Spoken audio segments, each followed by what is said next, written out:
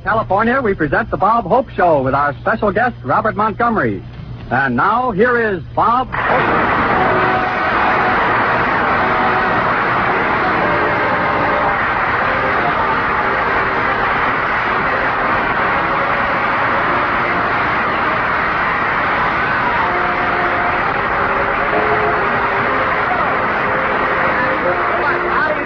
How do you do, ladies and gentlemen?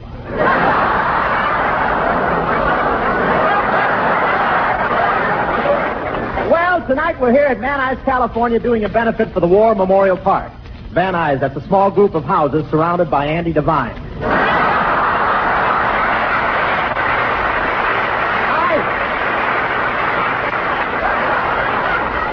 I hear Andy Devine has been having quite a bit of trouble as mayor of Van Nuys. When he sits down in the city hall, his stomach overlaps into Sherman Oaks.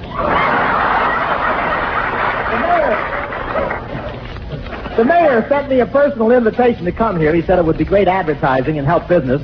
I found out after I got here he's a lemon grower. And this is a great citrus country out here, and the smog really confuses things. The other day, one farmer squeezed 4 orange trees dry before he found out he wasn't milking his cow. And there are airports all over San Fernando Valley, and no one sweeps his porch here. They just wait for the jet planes to go by. These new jet planes really take off fast. 3 times last week, the Van Nuys City Hall had to hitchhike back from Kansas City. And they're really doing a lot of building out here. I went through one of the model homes. It was a typical California bungalow. I could tell by the shower it had 3 spigots, hot, cold, and orange juice. And they really put up those houses in a hurry. They built one so fast, it was all finished and the termites were still in their pajamas.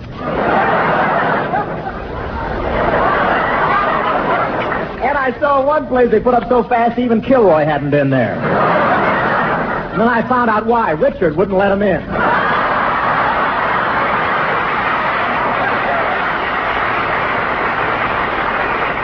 But it's a very busy metropolis, Van Nuys, and California is really growing. Yes, sir, the out-of-state cars are bringing people in faster than the California cars are killing them all. California is really growing fast. So many people from other states are coming out here these days that deep in the heart of Texas is now 4 miles west of Pasadena.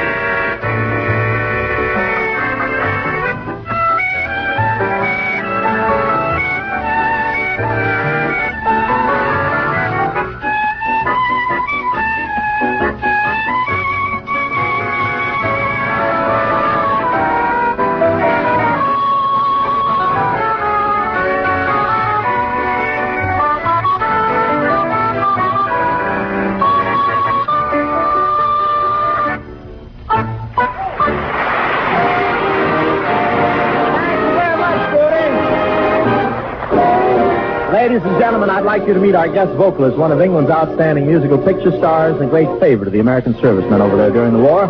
Now here in Hollywood for radio and pictures, lovely and charming Miss Beryl Davis, ladies and gentlemen.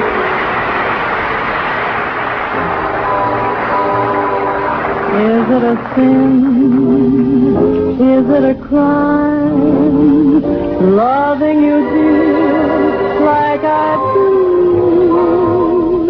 If it's a crime, then I'm guilty. Guilty of loving you. Maybe I'm wrong, dreaming of you, dreaming the lonely night through. If it's a crime, then I'm guilty. Guilty of dreaming of you. What can I do? What can I say after I've taken the blame?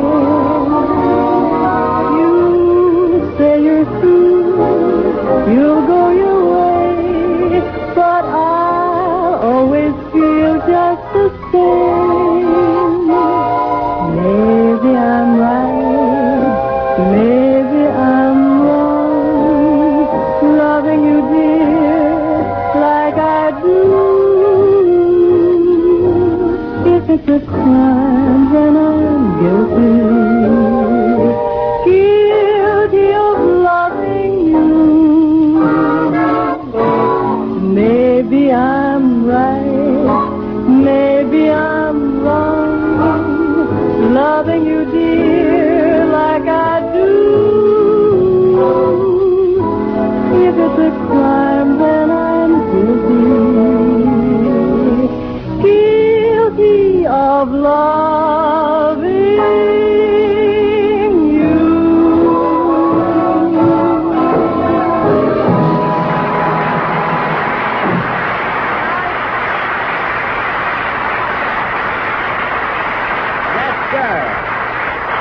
That was Miss Beryl Davis, England's own, assisted by Desi Arnaz, San Fernando's reject. Say, I want to tell you, that was wonderful, Beryl. Really charming chansousing. Beryl, have you seen much of our town yet? Oh, yes, Bob, and after London, your Hollywood traffic amazes me. Well, I don't know why. We drive on the same side of the street as you do.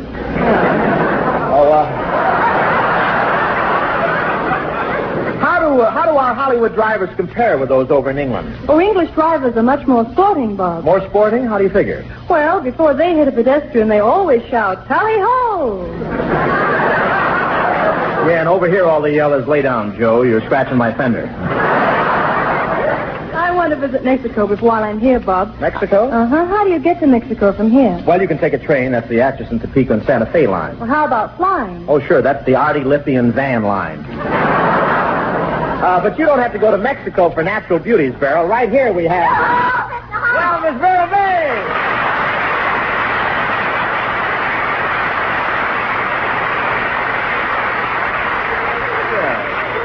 Miss Vera Bay, the gal with Lassie's chassis. Well, Mr. Hope, the guy with Tigger's figure. Oh, my goodness, who's the pretty girl, Mr. Hope? Oh, Miss Vague, meet Beryl Davis. She's just come over from England. Oh, how do you do? Skip, skip, high tea at low tide and all that. Wait a minute. Miss Vague, I said England, not Lower Slobovia. Oh, don't pay any attention to trouts now. Tell me, do you happen to know any nice... do you know any nice English gentlemen here you could introduce me to, Miss Daisy? Oh, Miss Vague, the Englishmen I know are so reserved. You wouldn't like them. They're all very backward. Backward? Mm-hmm. Oh, who cares? I've got a bit of Studebaker in me, too.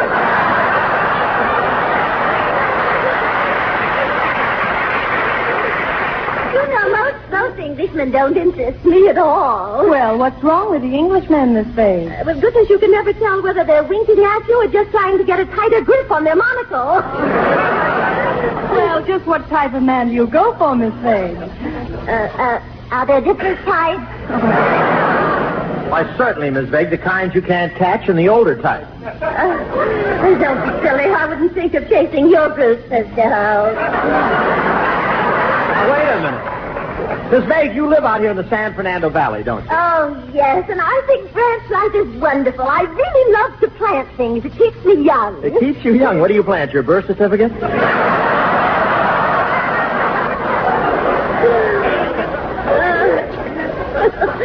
Oh, you dear moist-eared youth, you.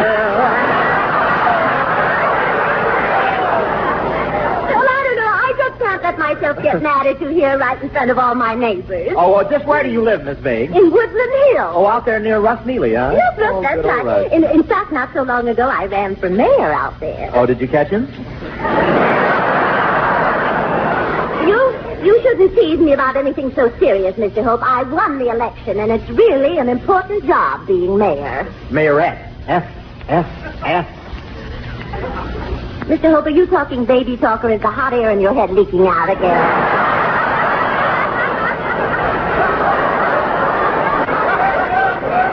So you really live out here in the valley, Miss Meg? Oh, yes, I do, and I'm really getting rustic. I noticed. Have you tried 3-in-1 oil?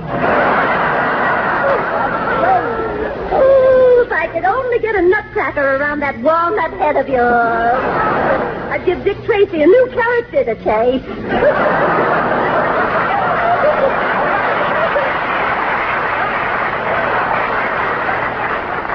Never mind. Say, now that you're the mayor, what have you done for Woodland Hills besides frighten the male populace? Right now I'm helping to build a new post office. Well, I knew you'd get your mail one way or another. I knew it.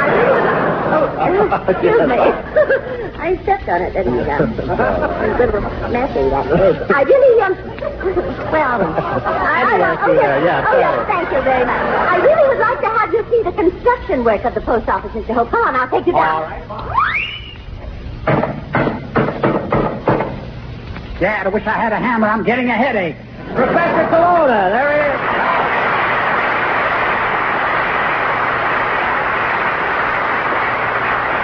How are you, Professor? I'm fine. Say, just a minute, Hope. I've got to put these two boards together. It's really very easy, you know.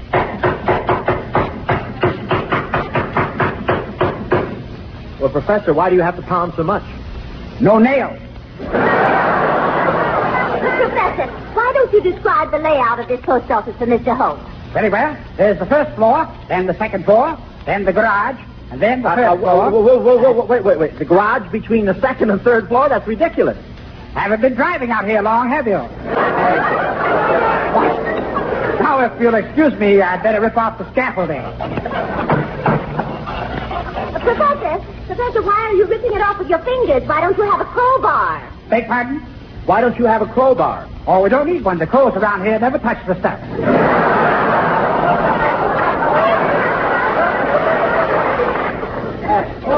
Tell me, where were you when they were giving out brains?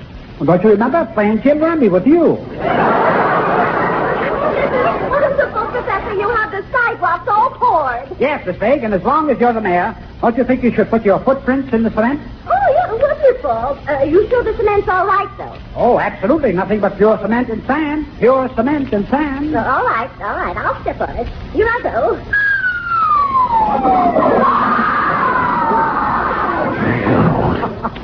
Forgot to mention it was quicksand.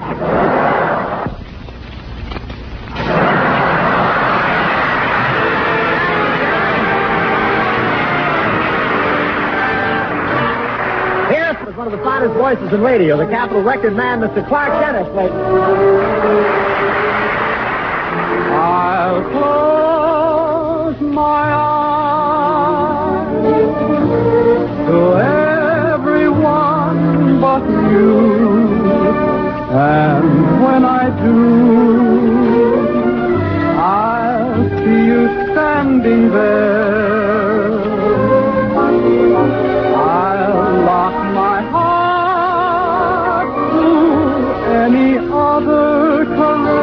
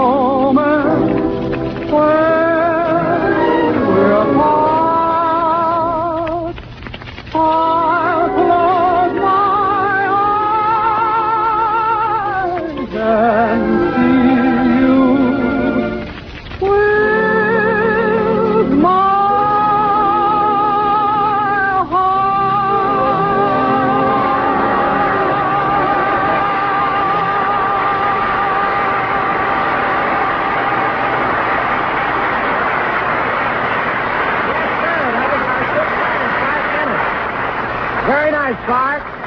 And thank you very much, Desi Arnaz. I'll be out to the Aragon Ballroom to see you over the weekend.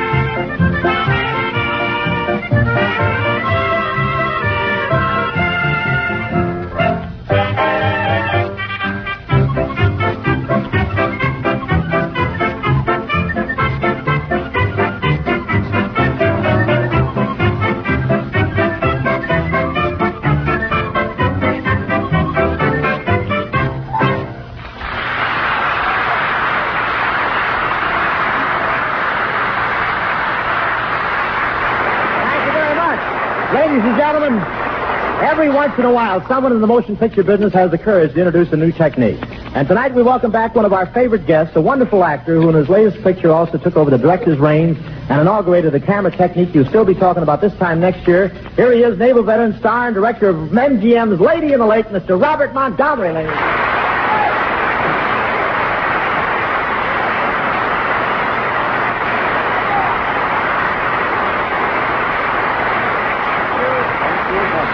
Well, Robert Montgomery, it's been a year since you were on the program last, but I knew you'd be back after that nice check I gave you. Yes, Bob, I'm back. Here's the check. Sign it.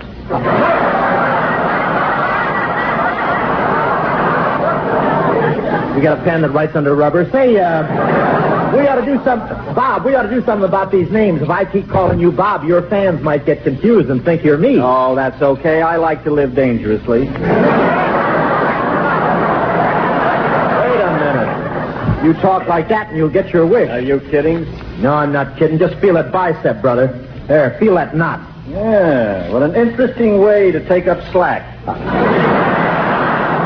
Come on, feel my bicep when I tense it now. There.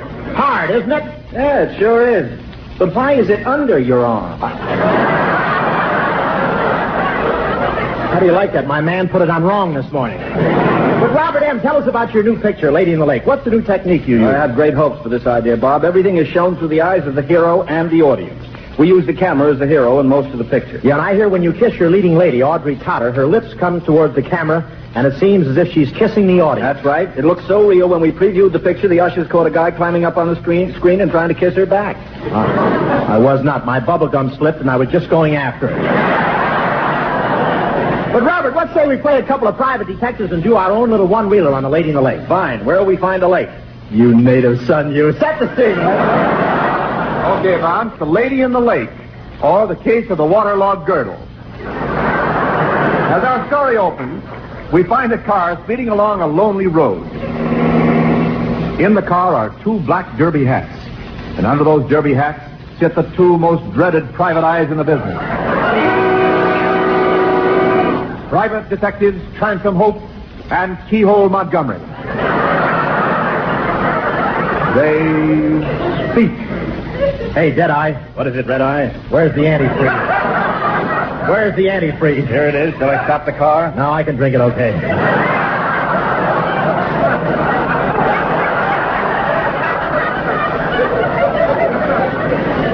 Say, Lefty. Yeah? My back itches. Thanks. We're really tough, Red Eye. That time they made the bullet hole in your head, did you ever go to a doctor? Nah, look. Gee, what a clever idea, keeping your fountain pen in there. Yeah, but last week it leaked and my eyes turned blue.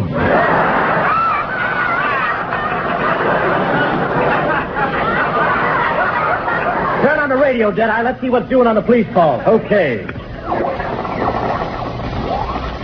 Calling all cars on the north side. Calling all cars on the north side. Stand by for a bulletin. Calling all cars on the south side. You all stand by, too. Calling all cars. Go to the corner of Spruce and Juice. All cars in the city go full speed to the corner of Spruce and Juice.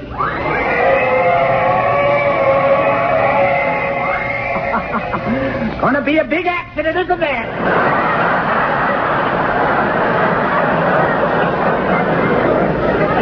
Listen, men. This is Sergeant Brush Colonna of homicide, suicide, and insecticide.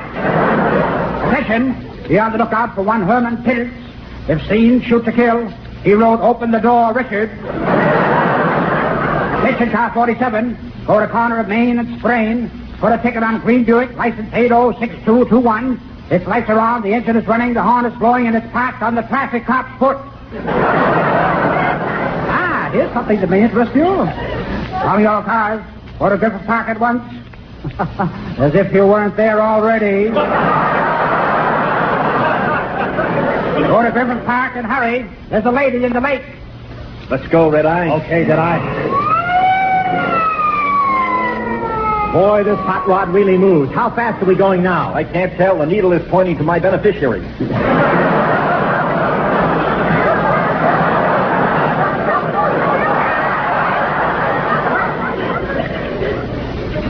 Okay, Deadeye. Hold it, Red Eye. We're coming to a red light. I'll go right through. Why didn't you tell me the red light was on the back of a truck?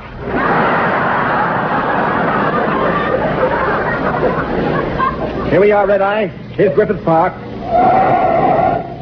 Did I stop too quick? No, I always wear my shorts around my neck.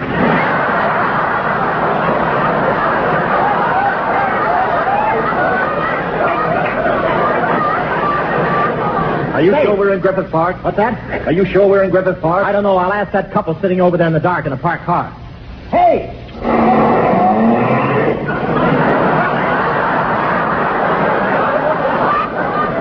I guess you've all been there, huh?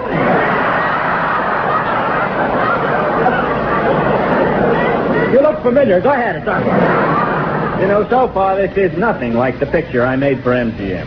You should be thankful. Hey! There's the lake, and there's a lady in the lake. Come on. Don't worry, we're coming. We'll save you. Thank goodness that second voice sounded like a man.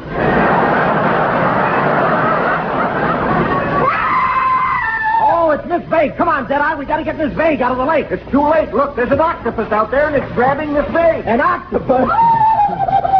Oh, gee. Look, that octopus, that terrible crushing, that horrible squeezing. Let's swim out, Deadeye. Yeah, the octopus is crushing her. It's okay, Miss Vague. Don't worry about the octopus. Don't worry. We're here. We're here. How do you like that? Everywhere you go, chaperones.